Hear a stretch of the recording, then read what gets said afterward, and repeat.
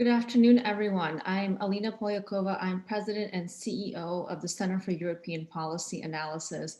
And thank you for joining us for this virtual Zoom event, Fighting Infection and Malign Influence, the Baltic Response to the COVID-19 Crisis. We at CEPA are interested in amplifying and highlighting how we are in this crisis together. It is a common crisis that we face as a transatlantic community and as a community of democracies. To that end, we are highlighting over the next few months how all countries in the Transatlantic Alliance, including our allies in Western Europe and Eastern Europe and Central Europe, have been responding to the crisis. And so I'm delighted to open this series with the three ambassadors from Latvia, Lithuania, and Estonia to the United States that will be moderated by my CEPA colleague, Executive Vice President Réka. It's my pleasure and honor to pass it over to Réka and to encourage all of you to follow CEPA's events on this issue as we look how others in the Alliance are responding to the crisis, managing common challenges and obstacles, including our other colleagues in Central Europe and Eastern Europe as well. One last note, please also tune in on April 2nd, where we will have a discussion on how the current crisis is affecting the future of military mobility in the Alliance. And that will be hosted by my colleague at CEPA, General Ben Hodges, who is retired. So thank you so much. Please tune in April 2nd at 10 a.m. as well. And with that, I would like to pass it over to Réka.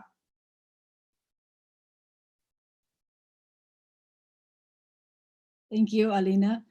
Hello, everyone. It is really a very special day, and I'm very pleased to welcome everyone at our CEPA webinar today.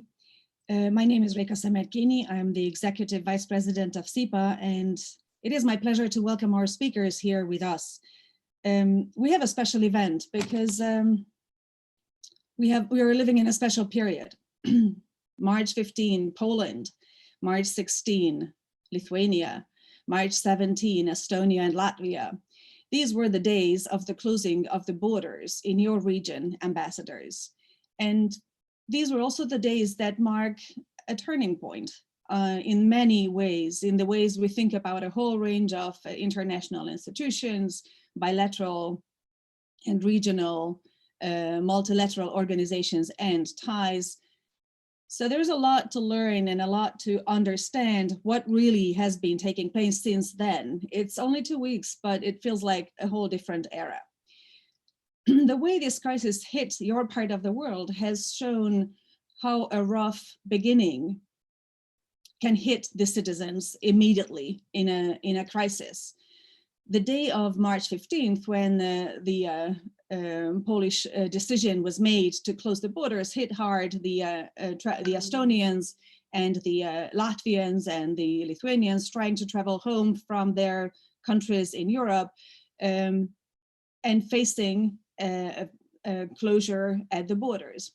Very quickly, a 70-kilometer long car column developed at the border, crossing with over 1,000 trucks, in addition to private vehicles, all heading towards the Baltics and having no proper infrastructure or lack of a clear solution in sight.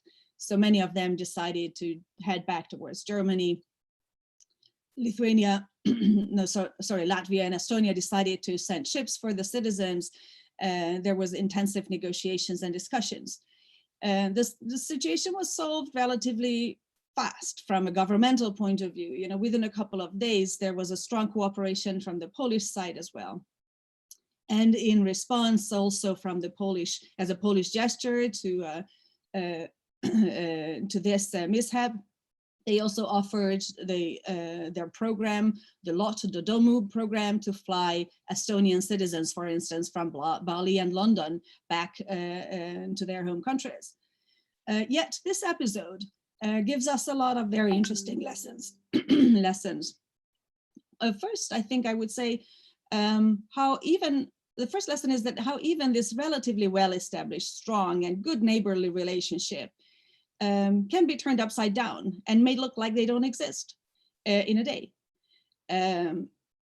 the experience that we have been seeing in the Baltics countries, who have been very committed and enthusiastic members of the European Union, how you have been seeing the European Union's reaction to this crisis, and how you have been seeing your countries or the other countries in the region handling the possibilities or the challenges in the crisis from a European Union membership.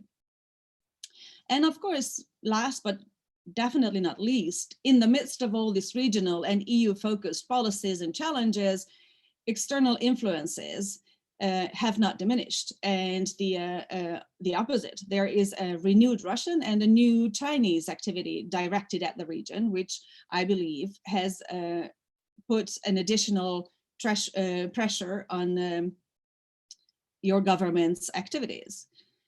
This is the framework, and these are the issues that we're set to discuss today with you. And let me take this opportunity immediately to jump into the introduction of our speakers.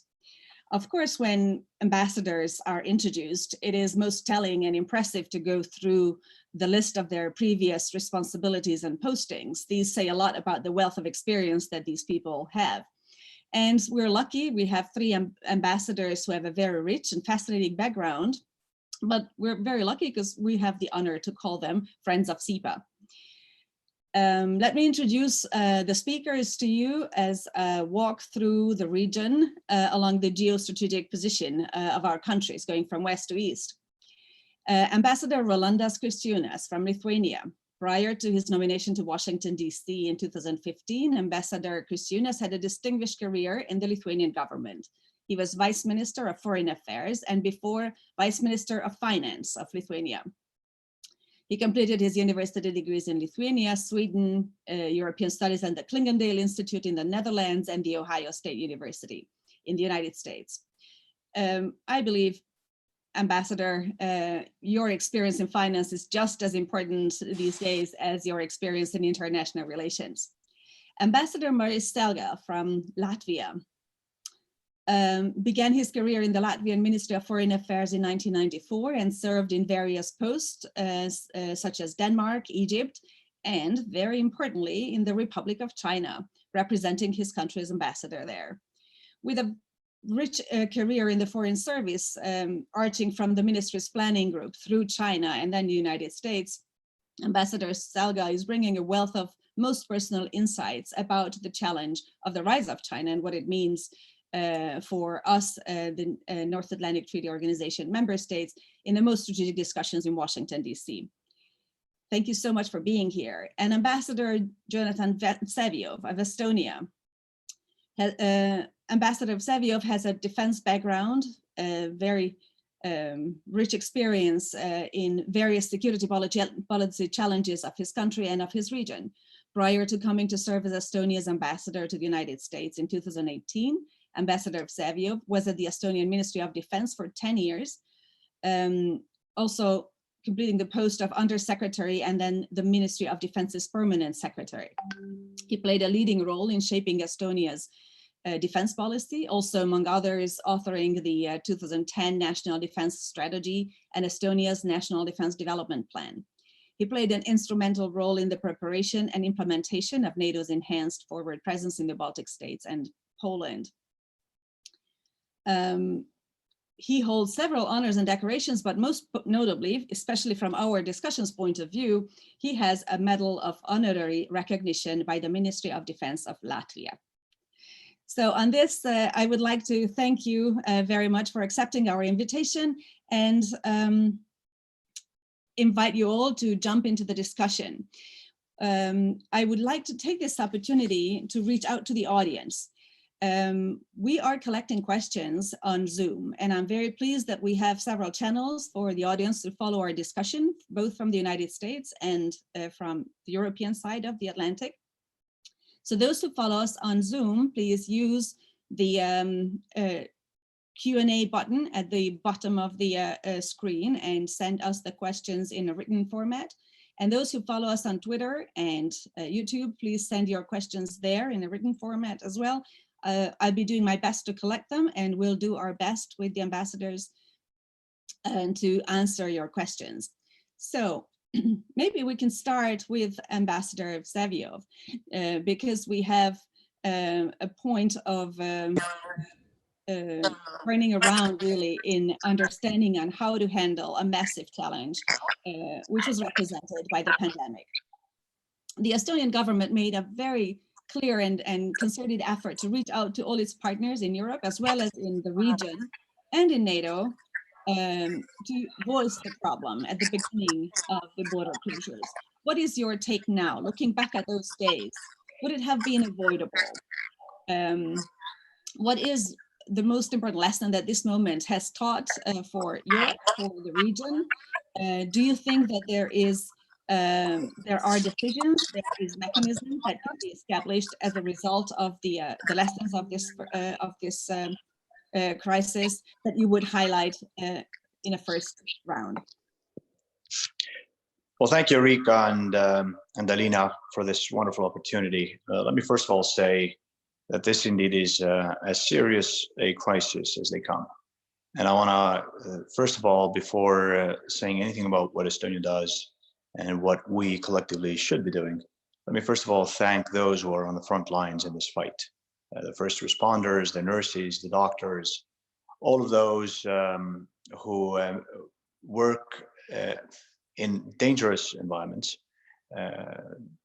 harder than they usually do, to make sure that we not only defeat this virus, but maintain as normal a life as possible. So as we're having this conversation here today, I think it's good to remember that there are people on the front lines doing heroic stuff. So I want to thank them.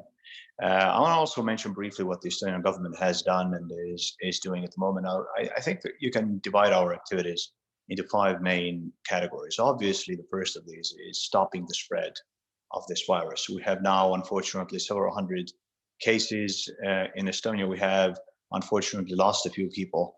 The method that we use is not that dissimilar from the methods that several authorities here in the United States use, that our European friends use. We're trying to stop the spread by stopping movement as much as we can.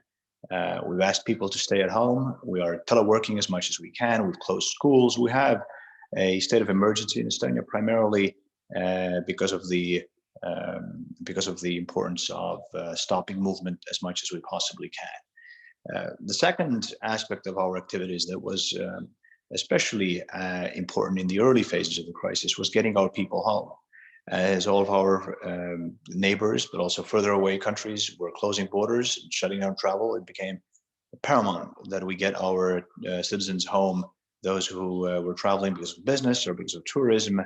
That's easier said than done, even for big countries, but for small countries that don't necessarily have embassies all around the world, that was a major challenge. I think we're more or less getting that part of the job done by now. The third element is the economy.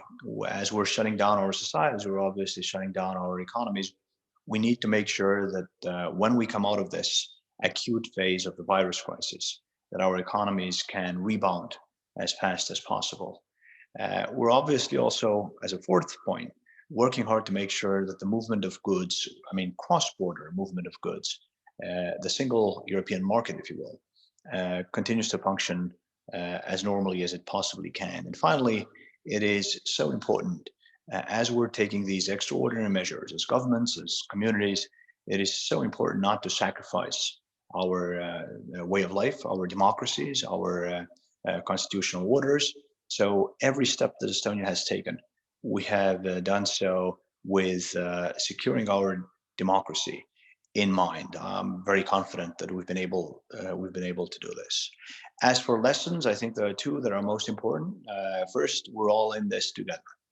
We're all in this together. It doesn't. This virus does not discriminate, and this virus does not recognize national borders.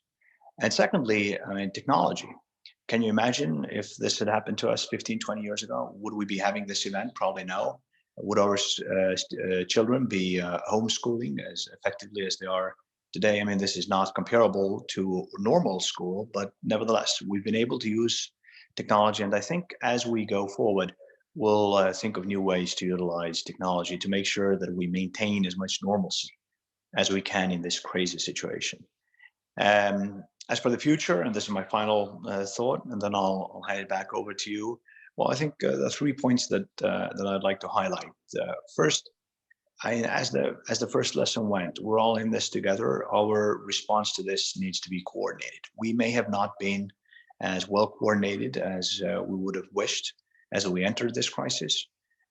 We need to make sure that once we exit the crisis, we, as the Western community of democracies, as NATO, as the European Union, are as coordinated as can be. Making sure we work together must be the task number one. And secondly, we obviously need to learn from this crisis. No crisis must be wasted in that sense. We need to learn from the mistakes that we've made, from the weaknesses we've had, so that we can strengthen the coherence of Western institutions, of the transatlantic relationship, of the European Union, and make sure that we are more resilient in the future. Unfortunately, this is not the last crisis we will see. The virus might come back, but there are other crises in the world that could happen. We need to make sure that we take everything that we've learned from this crisis now and strengthen the coherence and the resilience of the Western institutions that we have. And finally, it's just has become so clear how important connectivity is. I mean, you mentioned the case of Baltic citizens not being able to get home. This was another reminder of the strategic importance for at least the Baltic states, but I would argue for all of us, for our security, for our economies, for our normal way of life, of connectivity. So investing more in measures that enhance connectivity within the European Union, within the transatlantic community, I think are even more important today than they were or than they seemed a month or two ago. The 3 Cs initiative, for instance, one of the things that Central European nations are trying to do to increase connectivity, I think today more important than it was even a few months ago. Thank you so much, and I very much appreciate. I was just thinking of the 3 Cs initiative as Estonia was scheduled to hold the next summit of the 3 Cs initiative in June. Obviously, now I gather there will be a new date for it, but I think this is a very important point. It's the regional initiative that really offers a sustainable business-based solution for many of the strategic projects and challenges of the region. Are you not concerned that this might be hampered by the crisis or the economic difficulties that all of our countries are going to be facing will derail the priorities away from the strategic issues? I think the priorities that you have outlined of what are the future tasks are really to observe. Will they not be threatened and undermined by the financial difficulties of our countries? Well, everything is constantly threatened by this crisis. That's unfortunately how crisis works. But we need to make sure that we can walk and chew gum at the same time. We need to deal with the acute crisis, the stopping of the spread of the virus, the enhancement of our medical facilities and medical systems in general. We need to be able to do that. And at the same time, we need to be able to handle the mid and long-term effects of not just this crisis, but of the challenges that we've faced before. Unfortunately, the crisis didn't stop anything else from happening. Didn't stop the security policy situation. Didn't fundamentally alter it. Didn't fundamentally alter the challenges that we all face as free societies. Unfortunately, challenging is the right word. I think we need to rise to this challenge. And we can only do so if we stick together. Sometimes it's useful to go through a crisis in order to realize what it is that we have to lose, the way of life that we have to lose, and what it is that's made this way of life possible. I would argue that this crisis should remind at least all of us of the importance of Western unity and cohesion, of the importance of defending our democracies, the importance of working together. So we need to take these lessons. And the 3 Cs initiative is just one of the examples of what we need to be doing in the future, not only in terms of dealing with the acute fallout from this crisis, but also in terms of preparing ourselves, making sure that we are more resilient once the next crisis hits. This has always been the strength of Western democracy. We may not be as fast as you would like when the crisis hits. We have a number of different institutions. I have separate nation states, different member states within the European Union, different allies within NATO. So it all takes time. Debate with our legislatures, you know this. But our strength has always been that when challenged, then we rise and get our act together, and we exit crises stronger than when we were when entering them. So we need to make sure this is the case here as well, and that just requires an ability to look beyond the acute phase of the crisis and concentrate on the long-term and mid-term as well. Thank you, Ambassador. This is really thought-provoking. Let us continue in the reverse order as the introduction, and jump now to the question to the Ambassador of Latvia, Ambassador Selga. Your president was very quick and forceful in reaching out in the region and cooperate with its partners right after the beginning of the crisis, but also to highlight the importance of reaching out to the European Union. I think this is something very special and very important in this crisis, how the nation states were handling the European Union. And unfortunately, we could see that a lot of the most fundamental, most important decisions were immediately delegated to the nation state level, and the whole sort of European construct was seen as a secondary one. Can I ask your take on this, how your country has been seeing the European Union's reaction? How do you see this complementary with the regional efforts or your national efforts? Do you see this was, as some say, a total failure, the first sort of casualty of the crisis being Schengen, or do you see any positives coming from Brussels? Well, hello to everyone, and thank you very much to CEPA, for holding this video conference, and also for inviting me and my Baltic colleagues. And also, I would like to join our Estonian colleague to thank the first responders who are on the front lines, dealing with the crisis, not only in Latvia, Estonia, and Lithuania, but everywhere, including also United States. I would like also to emphasize that I fully agree with what our Estonian colleague said at the beginning. I think that situation in Latvia, and I guess also in Lithuania, is very similar.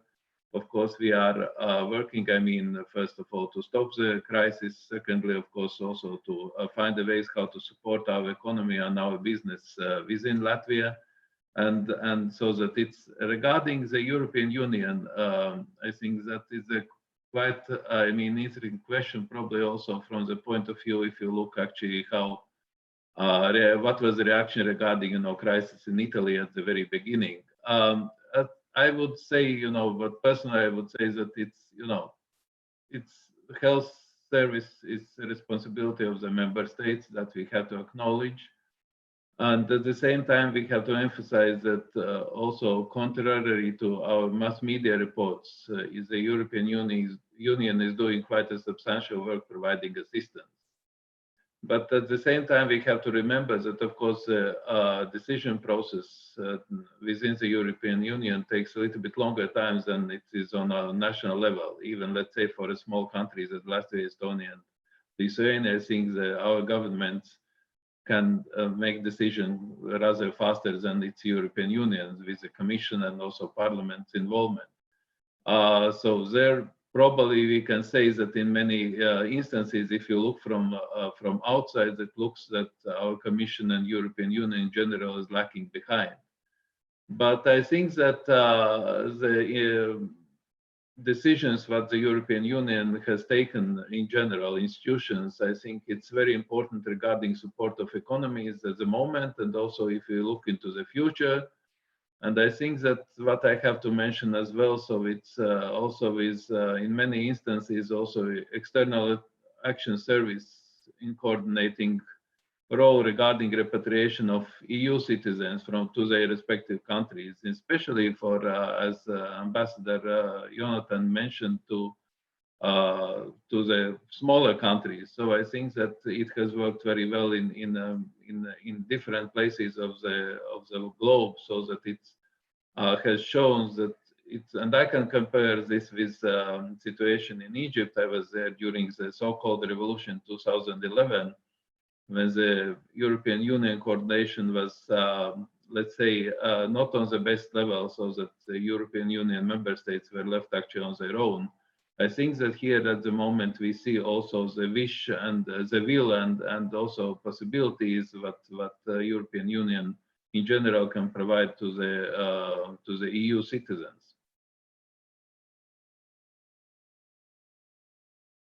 Thank you, Ambassador. It is very true, and I think it's very revealing. It's a lot of the difficulties that the European Union has been handling was can be misinterpreted and was misinterpreted, of course. And the Europe bashing is sometimes, unfortunately, very, very popular. But what I could see is in your response also is a proper understanding of the difficulties and still the efficiency of the European Union's in reaction in many ways to the crisis, especially in the economic field, which obviously is going to be the big challenge going ahead.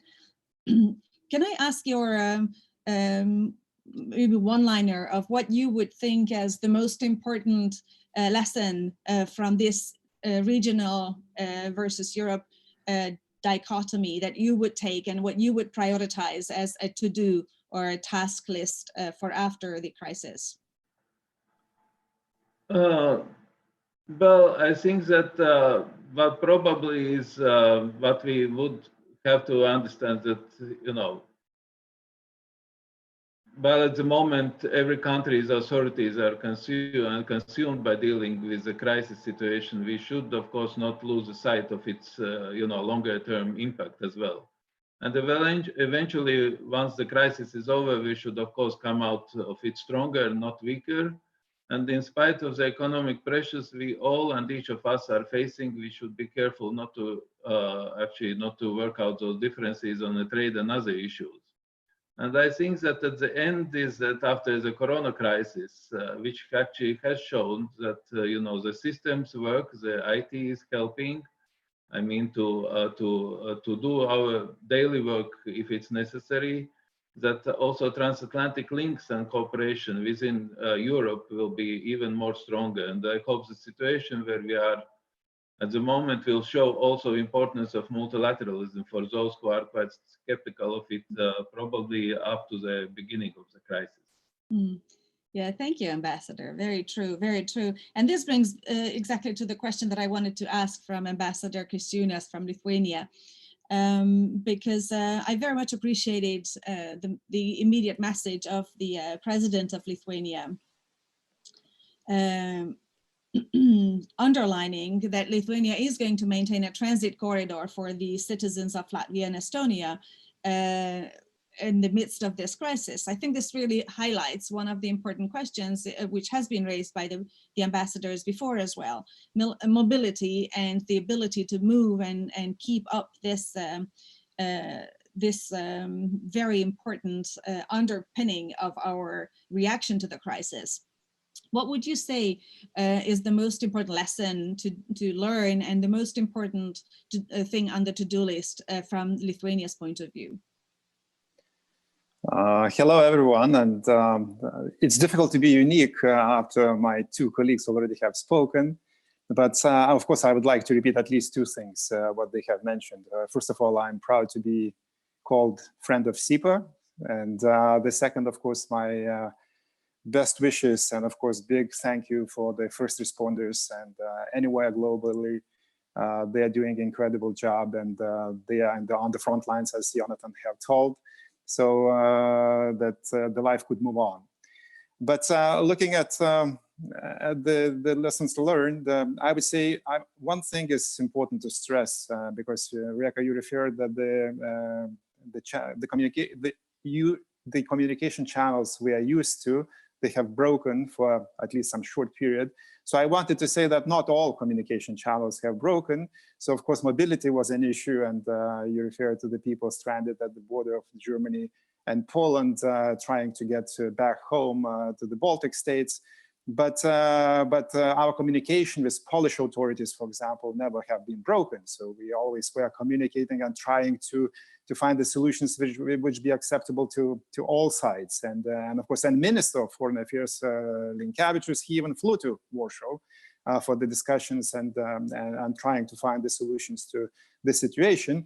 Of course, the situation is unprecedented, and that's why it's very difficult to cope with this. And we will be looking back from some distance and time, and will be much clearer what we should have done better. But sometimes, you know, taking a decision faster, even if it's not the best decision, is more important than a good decision, which took longer. And I think, of course, it was very natural that we reacted to any situation instinctively, and the instincts are to protect yourself. And of course, everyone kind of scattered around. But I think one of the big strong sides, what I noticed, and it's not, you know, to diminish any cooperation we had with all other EU member states, and not just EU member states, but what it showed to me, that what we do have among us, Latvia, Estonia, and Lithuania, is truly special, because that was kind of very clear from the very beginning that that we can all, that's the biggest share of understanding, you could tell, among us, and that's why the channels of people going back home using Lithuania, Riga, or Tallinn as interim station was kind of always open, and that's critical.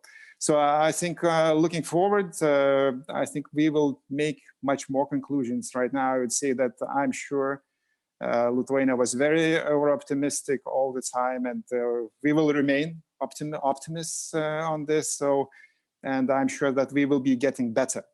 So that's unprecedented crisis. We never experienced anything similar. So I think you will be much, much better next time when it comes. And probably, you know, the crises are coming sooner or later. So we will be better in dealing with other crises. And I think most important, you know, just not to forget and to outreach to your counterparties in EU. And of course, EU is, you could say, bureaucratic in good, sometimes, mostly in good terms, but sometimes, of course, when you need to rush with the decisions, you could say that, well, it takes too slow to make those. But well, let's not forget, it depends on us, because we are the ones sitting by the table, we are the ones communicating, we are the ones trying to find the solution. So it's up to each of us to do better. Thank you, Ambassador. It's so insightful, and I very much appreciate. I think this is really shows the internal cohesion and the value of this cooperation that you have in the region, small and large. I think it's a very impressive and part of the sort of lessons to learn and try to see how this can be developed in the future as well. It is really interesting. This brings us, however, to one of the questions that I can see from our audience as well. Let me jump in here, because I think it is for you as well as for the other ambassadors as well. Our Pershing Chair Ben Hodges is asking from the panelists on Zoom. My question is to all three of the panelists: what mechanisms within the EU and your own countries should be addressed to improve crisis mobility that can help improve military mobility as well? Rolandas, do you want to start as an answer? The first of all, of course, it's most important to have the movement. Of course, now we have essential movement of goods, which is a basis of EU, and that's what the most important.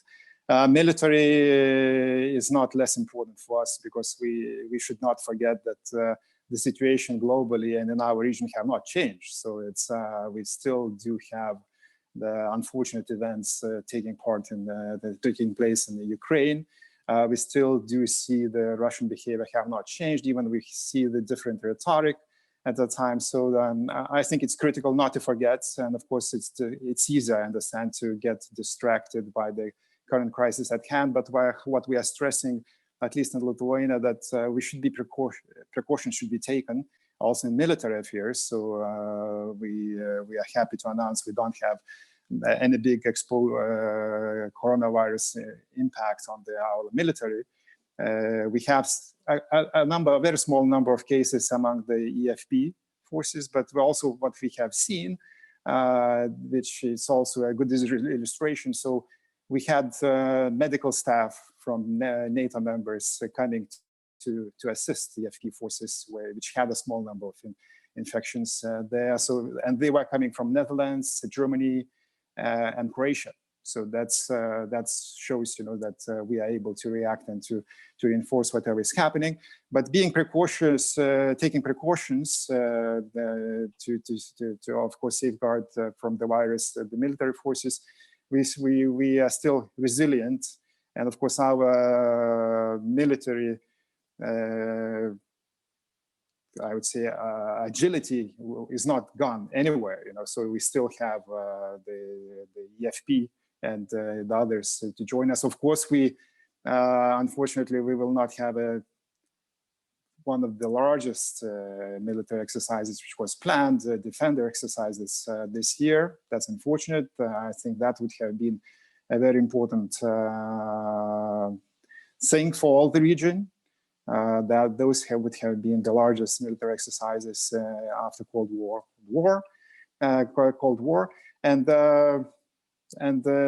but it's not gone completely, So we will be doing this in the future, and of course we should send very clear signals to, well, the countries which are not very big partners at the moment, that the resilience is not gone. Yeah, we are still there, and we will be reacting as needed. Thank you so much.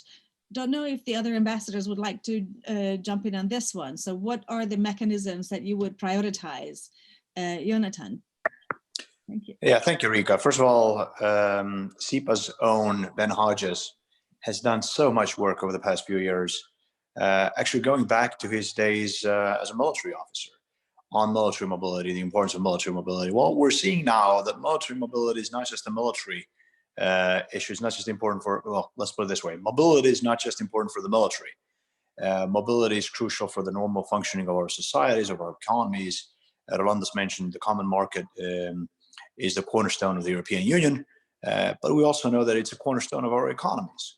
They just simply cannot function unless cross-border movement is seamless within the European Union. So I think it's important to recognize that mobility is a function of two things primarily. It's the function of infrastructure. Do you have the infrastructure that you need? And secondly, procedures and decisions that we as governments make regarding cross-border movement. Now, on the infrastructure, it's a known fact that the eastern part of the European Union is not as well developed, especially when it comes to north-south corridors, than Western European nations are. And the reason is pretty simple. It's the 5 decades of lost freedom that we experienced. And the answer is relatively simple. You need to build up. You need to build up infrastructure as fast as you can. The European Union has been incredibly important in this regard. Our own governments have been incredibly important in building up infrastructure, but we know that we need to do more. And this is what the 3 Cs initiative is about. It's about utilizing the free market economies that we have. And getting private sector money invested in our strategic infrastructure. Now, regarding procedures, an important point I want to make is, I think, especially striking during this crisis, it's about the decisions that we make, we as nation states. Crises always are accompanied by a level of shock. I mean, that's part of the definition of a crisis. It comes as a surprise. Even those crises that experts have warned us about, when they actually happen, there is a shock in our publics, but also within the governments, naturally. So then the normal reaction is what you would call a knee-jerk reaction. Every government, every institution that has a role to play focuses on the problem and starts to deal with it. What we need to get better at is making sure that we don't all fall back to unilateralism. I mean, we as EU member states, we as NATO allies, we all recognize that we're all in this together, both in terms of this current crisis, but also in terms of other crises that we can think of that haven't happened yet, but might happen tomorrow. be it an economic crisis, a military crisis, or any other type. We need to learn how to act together. That's not the normal reaction. The normal knee-jerk reaction is to fall back on unilateralism. So how do you get better at acting together, which is a necessity? I mean, it's not just a nice thing to say. We're learning during this crisis right now that we cannot function normally if we just fall back to unilateralism. We need to act together. So how do you do that? How do you do that? Well, I think the three important things here are: first, we need to strengthen our institutions, make sure that they are up to date and ready to respond to any crisis. Secondly, it is important to plan, and finally, it is important to exercise. I mean, this is what our militaries do. My own background in defense forces me always to think in terms of how prepared are we to face the future crisis. Well, the thing you do is you plan, you exercise, obviously, while handling the acute crisis, but also looking forward into the future. So I think we need to get better at this, both at the European Union, both at NATO, because unless we utilize the institutions and the formats that we have for joint action, consultative bodies or joint decision-making bodies or common structures that we have built, unless we constantly practice them, then I'm afraid we'll fall back to this knee-jerk reaction in the next crisis as well. Now, again, the good thing here is that after the first initial knee-jerk reaction, we are today better coordinated than we were maybe a week or two ago. All of our institutions have geared up. NATO will have a foreign ministers meeting utilizing technology with a VTC later this week. So all of this is good, but we cannot afford to face the next crisis the way we faced this one.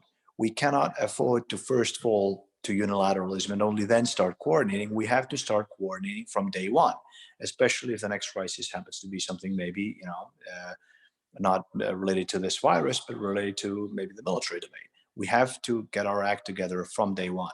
And that requires planning and exercising. That requires strengthening of our institutions. I think that's the main lesson from this crisis.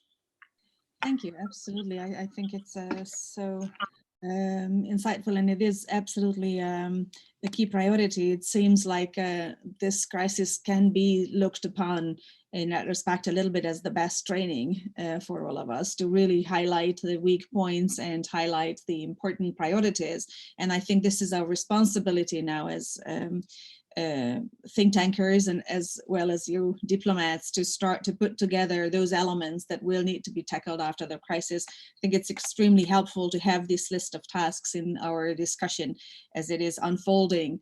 This brings us to a question that I have from the audience, and I would like to ask our audience again to use the Q&A function at the bottom of the screen to send their questions to us, as well as on YouTube and Twitter. I have one here from Ambassador Kurt Volker, also a friend of CEPA. It says, "Hi all, Kurt Volker here. What strikes me is the vast disparity in disease prevalence and European responses to the virus outbreak. Italy and Spain are in a catastrophic state and full shutdown. Sweden is letting people go about normal life. Where are the Baltic states on this spectrum? Which model or models are the best?" Ambassador Selga. Yeah, thank you very much, Ambassador Volker, for the question. Of course, nice to see that you are following also this discussion. I think it's very difficult to judge anyone or any other country not understanding the situation which is going on in particular country. You know very well that United Kingdom just recently also shutting down everything before they are probably more or less were following Swedish or Dutch model. I mean, to letting everybody to get sick and then probably to work some kind of immunity. I think this is with this crisis when it will be over. I think probably also at the particular case at the moment it's not a case where we can say I told you so. Probably it doesn't work. So I think that respective governments are taking the best decisions according to the best practices. and also advices within their countries. So that every government's most important task, of course, is to care about the lives of their citizens. And I think that whatever is going on and whatever way is done, I mean, in Latvia, Estonia, or Lithuania, or in Sweden, or in UK, is done, I think, taken into account this path.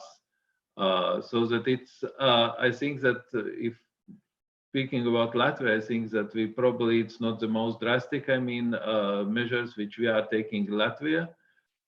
So they are tightening time from actually every week. So you can see also the same happening here in the United States.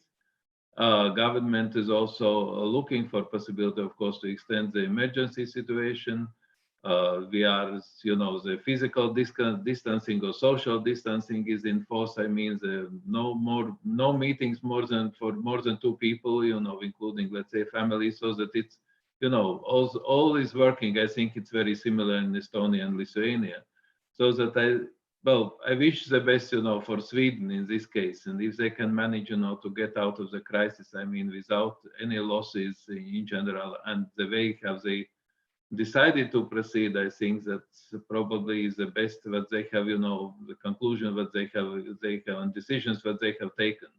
But as my colleagues and you, Réka, mentioned before, I think we are all together in this, so that it's, you know, it's just one night, in our case, one night by ferry, I mean, and you are in Sweden or you are from Sweden and Latvia. Of course, at the moment, everything is shut down, but I think sooner or later we have to think how to reopen this. So that it's, you know, government by government, so that I think everybody is looking to have a best solution and best decision. And of course, I mean, we are all worried, I mean, what will happen with the economy when the businesses will stop here and in our country, so that all the restaurants, all the, you know, smaller businesses, so that's, as I mentioned already before, so that's where the European Union can, you know, play a bigger role. Just to add, you know, sorry, Réka, I know that you are looking for the next question. Just to add, I think that NATO is also going to play a bigger role, so that, you know, very well examples, you know, bringing, you know, the aid and help, I mean, to Italy, so that it's, you can see NATO airplanes, so that, you know, in extending, you know, help to our, you know, member states. So that I think that at the end, I think, you know, result will be positive, and I think that will show what also our Estonian colleague mentioned, all the mistakes and everything else that we have to do in the future to meet the next crisis. Hopefully that will not happen, you know, but to much better prepared than at the moment. Thank you so much, Māris. And I think it is really bringing us to a number of issues that I have been trying to gather together, because there are topics that I can see appearing in several questions that I'm sure are of interest to many among the audience. So exactly along the lines that you said, we have seen NATO being absolutely active and rising to the challenge to try to respond to the immediate needs of the allies. But it's you who have seen it, and maybe the most acute observers. I wonder if it's obvious for our public. And what is obvious for our public is a very widespread coverage of aid and support or flights in from China and some of the Russian propaganda. What is reflected in some of the questions. So let me quote some of these questions and ask your reaction to this. This is bringing us to the strategic part of the reaction that we need to develop. For instance, Valeria Yegisman is asking, related to this, is the second part of your question, Valeria. So apologies for taking this for first. What specific, oops, it jumped away. Oh, sorry, it jumped away. What specific measures are the Baltic states taking to track and fight Chinese and Russian disinformation in the region? Then there is a question very similar to this. An anonymous attendee is asking, Hello, how has this crisis impacted your country's perspective on NATO deterrence and defense against Russia? How do you think NATO could or should be responding to this pandemic? Which I think is related to what you have been saying, Māris. Leslie Goodman, what disinformation trends are you seeing? And can you give us any specific examples of how you're combating these? Ambassadors, who wants to start tackling this? If I could start, I mean, and jump in. I mean, it's regarding disinformation. I think if this event would take place, last week, I think that would be a little bit different, with different nuances. Let's say if you look towards our eastern neighbor, Russia, I think at the moment Russia is, more or less in the same situation as the rest of the world, so that you cannot specifically and directly apply, everything else. But I just would like, to draw attention to for the audience. I mean, there is a homepage which is publicly available. It's EU versus disinfo.eu. I mean, where you can see, the trackings. I mean, regarding, this specific virus in general. So that, just to mention what our eastern neighbors are doing regarding, what they did a couple of weeks ago, the Sputnik has said that, of course, the virus has been invented in Latvia, it targets the yellow vest, it helps Greta Thunberg, it's used against Hong Kong protesters, and so it's going on, starting, with following no food in Lithuania, panic in Ukraine, so that, the usual tricks. So that I think it's, I think, of course, there are institutions which are following those let's say, trends regarding disinformation within the European Union, within our respective governments. But I think that sooner or later, I mean, we all have to, agree that, the spreading of virus, the fight against that is more important than probably, blaming, one or each other. Of course, China is also trying, to play a cooperative partner. I think that, we will see, still to continue. I mean, the Latvian government is also, of course, buying, the products in China, because you know very well that they are the largest producers, for example, for a mask. So that it's, it's combination of business and also, trying to be, the best and the most cooperative partner in the world. So I will stop, and of course I will let my colleagues to speak as well.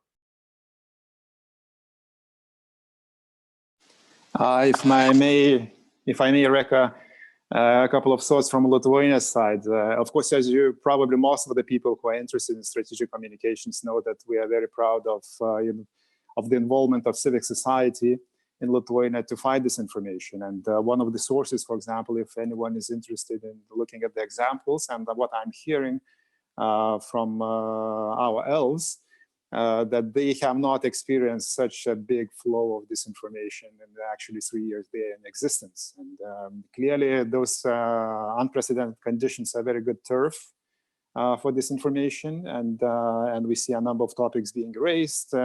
Of course, I would say the very idea of those attacks is not changed, because they just want to show the struggle of or undermine the capacity of the governments to fight off the crisis. They are trying to undermine it to show how EU is incapable to fight off the crisis, and which probably should raise questions what value added EU does bring. The same NATO, and of course the NATO soldiers on the soil of the Baltics. One of the first attacks, for example, Lithuania has experienced was that the American soldier was sick with the coronavirus, and it was months ago already, which is not true. We still don't have an American soldier sick with coronavirus in Lithuania. Then there was a special attack against us, showing that Lithuania is in full disregard of the risks of coronavirus. Seemingly, there was a letter from the Minister of Defense of Lithuania sent out to a number of sources claiming that Lithuania would like to proceed, for example, with defender exercises, disregarding any kind of risk from coronavirus, and saying that exercises are more important, than coronavirus and the risk to our citizens' health, which is untrue, and that was very specifically catered attack against us. So going back to what could be a good source for anyone interested in what kind of attacks we are facing, I would advertise once more debunk.eu. That's a website of our civic society fighting off all the disinformation going our way, and of course it could be a very reliable source to see what kind of experiences we are getting into right now. And the last thought I would like to say, of course, we also should be much more better in communicating what we do. And of course, it's very easy to be critical about EU and NATO and others. And of course, we do respond to the crises, and we do send aid to a particular region, not thinking about PR. And I'm not talking about PR, but it's very strange. And of course, some other countries do the same thing on much smaller scale, which we are getting reports that 80% of this aid is kind of unusable. And they do it just for PR, clearly. And that's the target. It's not just probably very sincere wish to help, but just to get some PR points in there. And of course, as of course we do, as I said, as EU, as a member state, it's not for PR, and we forget, to even highlight. It seems like, yes, the only particular country in the east of us, Russia, is helping, in the European Union members, so China is helping. EU does nothing. Clearly, actually, we were sending the aid Chinese way, not just EU, of course, Lithuania, or bilaterally, and so on. And so we should be smart how we highlight it. We should not brag about it. It should not be a cheap PR, but we should communicate it, because it also brings confidence to our citizens. Because if they hear that somebody else just does, not us, and we are not responding, that's bad. That's also ways to fight the crisis, because you need confidence and you need to show what you do. And the confidence, it does matter. Thank you so much. It's very insightful and very important. Before I give the floor to Ambassador Vseviov, if I may just sneak in one last question to sort of wrap up this round, because fighting disinfo is from an Estonian side is very important. But we have a question here from our friend Marta Kipa also, who is asking a question from the panelists, and I think it's really something to include in our discussion in the last round of thinking our last few minutes. Her question is to all the panelists. All three Baltic states have in place some version of comprehensive defense. Can you please share any current insights from how the comprehensive and total defense approach has been used to help your country address COVID-19? Any interim lessons identified? And I know it's completely impossible to wrap up the previous question and this one, but Ambassador Vseviov, Jonatan, you have my full trust. We have 2 minutes.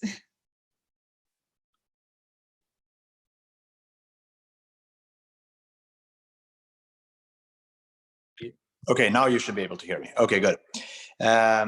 Comprehensive defense is a huge topic. We don't have time for all of this. Just very briefly, in our case, for instance, we have, just like here in the United States, we have our military assisting our civilian authorities. We've deployed a military hospital to one of our islands that unfortunately has been worst hit by the crisis at the moment. We have our voluntary defense organization, Defense League, patrolling the border, for instance, and patrolling the streets and with assistance to the police. So we're seeing this not only in Estonia, obviously in the United States, elsewhere as well. With regards to the previous question, and I think also as a wrap up from my perspective, we were discussing disinformation and propaganda and all of those things. And my message here is pretty simple. First of all, to our own people, none of this is new. We saw this before this crisis, so we're seeing it during the crisis. We will certainly see it after the crisis. There is a desire to undermine our unity, the West's unity, the cohesion of our institutions, to sow division between us with all means available, including propaganda. So this is what we're seeing today. My message to those behind those activities is also very clear. Do not underestimate us. Do not underestimate the cohesion of our societies, the cohesion of our alliances, the cohesion of the European Union, and most importantly, do not underestimate the ability of our public to understand and recognize hollow propaganda. You can't just change our minds as to who our friends are by tweeting once a photo of an airplane bringing assistance, for instance. We know who our friends are. And if you underestimate us, I'm afraid you're making a huge mistake. So please don't.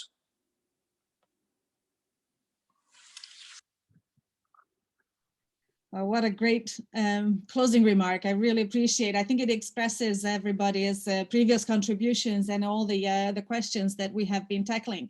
I can't be more thankful to you, ambassadors, dear friends, for this fantastic discussion. And it's with big heartache that I have to say that we have to close our discussion. There are a couple of fantastic questions that we haven't gotten to answering, and I apologize from our audience for following us on Twitter and on Zoom and YouTube for not being able to tackle all the questions, unfortunately. But I would like to thank the audience for these fantastic questions and for this very good provocative issues that were brought up. I think they really brought out all the important points that we have been seeing. And I would like to thank also our speakers for accepting our invitation and joining us for this discussion. I think it just shows that the number of questions underlines that it is an ongoing issue that we have to revisit regularly. So we do count on your support for CEPA and for our common work in strengthening the transatlantic cohesion in the future as well. As a last thought, I would like to, or last but one thought, I would like to tell everyone, please stay tuned for CEPA's next virtual event led by our Ben Hodges on April the 2nd on a very important topic, moving mountains amid a crisis, increasing military mobility across Europe. It's going to come up this week, and our speakers are going to be Lieutenant General Heinrich Strauss, Dr. Julian Lindley French, Tanya Latici, and Brigadier General retired Hans Damon. To discuss the challenges facing the Allied military mobility. And in a very last thought, I would like to thank our colleagues who have been working very much and relentlessly to make this event possible. Christy Brown, Eleanor Anderson, Michael Harmara. They have been working tirelessly so that we get all the questions from the audience and the audience gets to hear all of your answers. So ambassadors and dear audience, thank you so much for joining us, and please stay tuned for the April 2nd event. Thank you so much and goodbye.